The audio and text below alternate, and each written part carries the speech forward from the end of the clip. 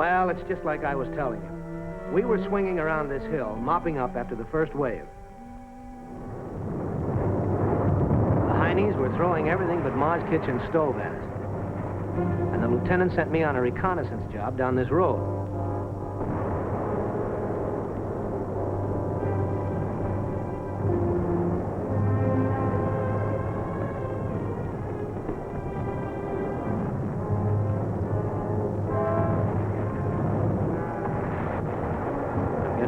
Fine when this Heine comes along. We see each other about the same time, and we both hit the dirt fast. I fall with my rifle under me.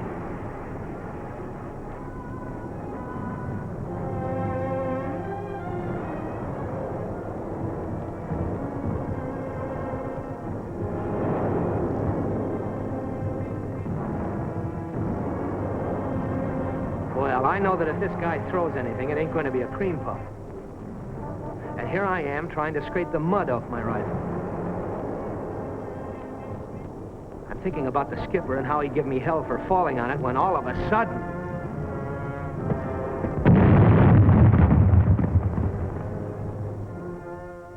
They know what they're talking about when they tell you to keep your rifle out of the mud and how to keep it up when you fall.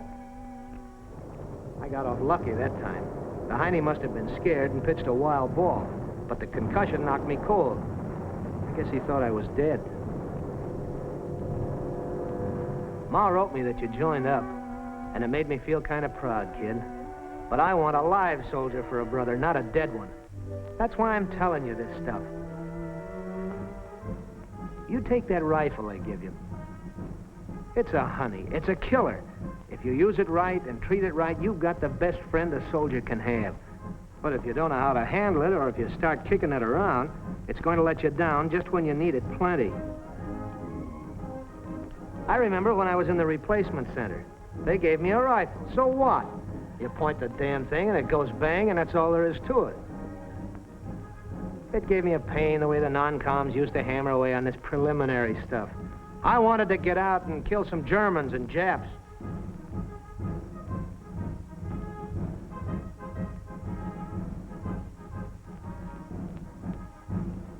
Take this blindfold business. I used to think that was kid stuff, like riding a bike with no hands. I found out. We were in rest billets one night, and I was cleaning my rifle after 2 days of pretty tough going. So I said to the Sarge, Sarge, I don't like drinking out of a river, but that canteen of mine just won't hold enough water. You'd think that'd have shut him up, but it didn't. No wonder you had a bellyache last night. I wish I could get this damn thing back together.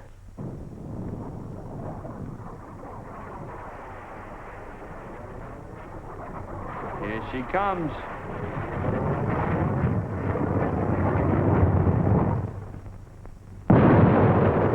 There she went. Okay, you guys, on your feet, outside. Pay yourselves that light. Yeah, we were moving out, and me with the guts of my rifle all over the bench. So you see, that blindfold business wasn't kid stuff. There's a reason for everything in the Army.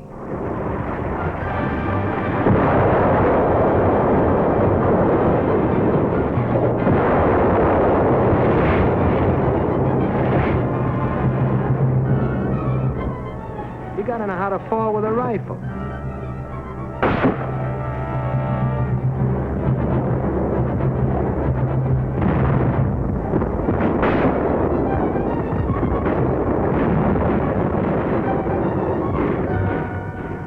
How to lay it down right to keep it clean. Those things aren't just something else to learn. They're how to save your life.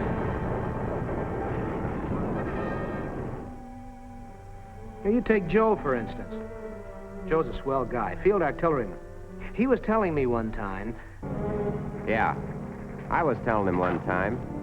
I was telling him what a damn fool I am. I'm Joe, field artillery. And there's our battery. We were sitting pretty and getting ready to go into action. Then this German plane comes along and spots us. Well, all hell breaks loose up and down the front. And right off the bat, we get orders to load up and move.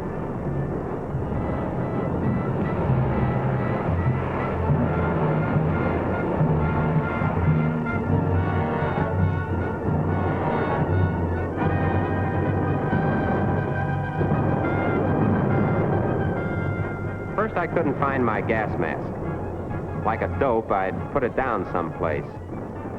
You know the place.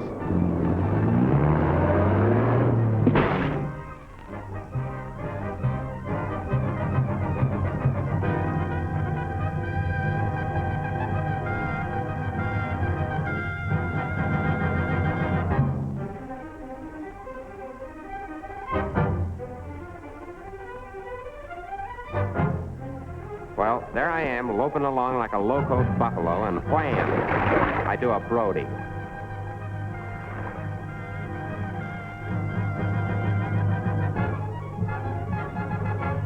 Naturally, the guys all laugh, and I'm mad as hell.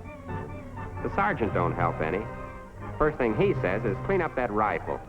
Not, how are you, Joe, or did you hurt yourself? Just clean up that rifle.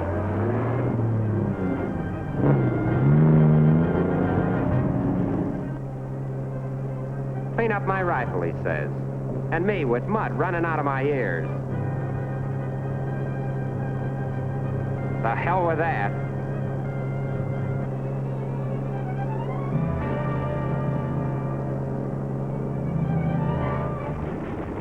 So anyway, we get the battery into the new position.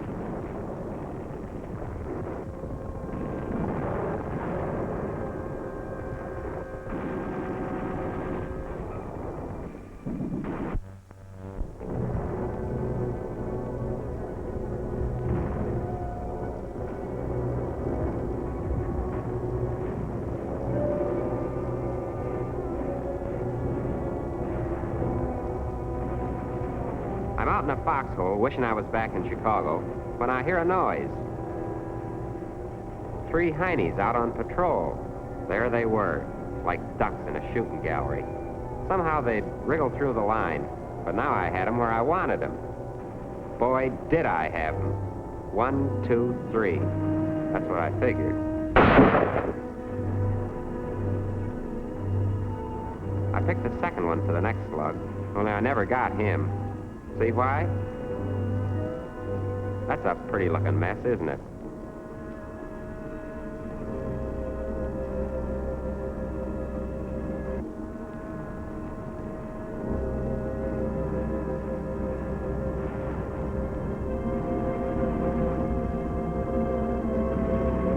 I know what the sergeant was talking about now.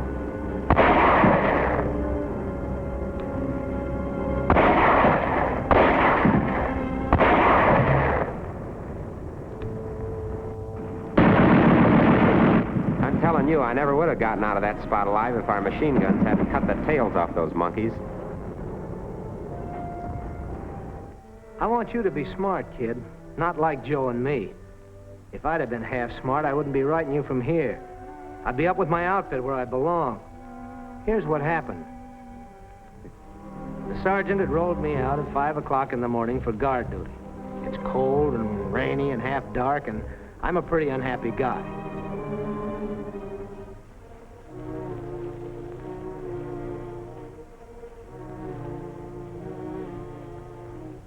I knew that rain wasn't doing my rifle any good. I got to thinking about Joe and how he snafu'd his detail, and I figured I'm not going to get caught that way.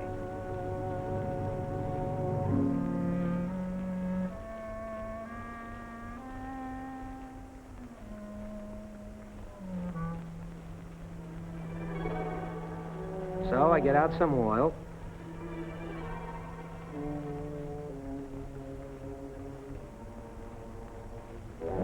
And I pour it down the barrel.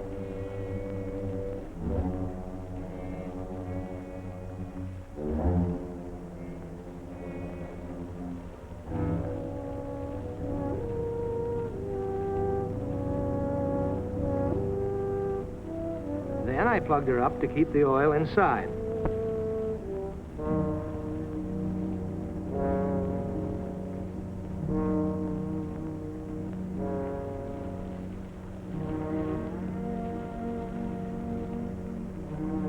Okay, I guess you're ahead of me right now. But here's how it was. I'd been out there a long time, and I was getting pooped.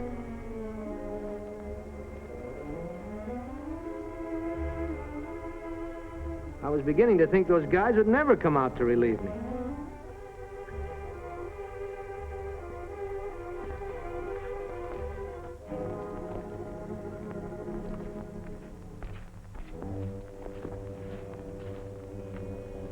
Okay, Hennessy. Go back and get yourself some Java. And get dried off. You know, Corporal, what this outfit needs is an all-night dog wagon. Go on. Fresh air's good for a guy like you.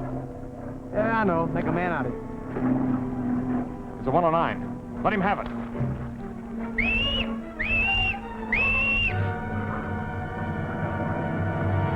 I'd seen one of those Messerschmitts tear hell out of B Company. I drew a bead and tracked him. The plug in my barrel? Hell, I forgot about that. This was the long shot that might pay off. Squeeze the trigger like they told you. Slow. Don't jerk. That's it.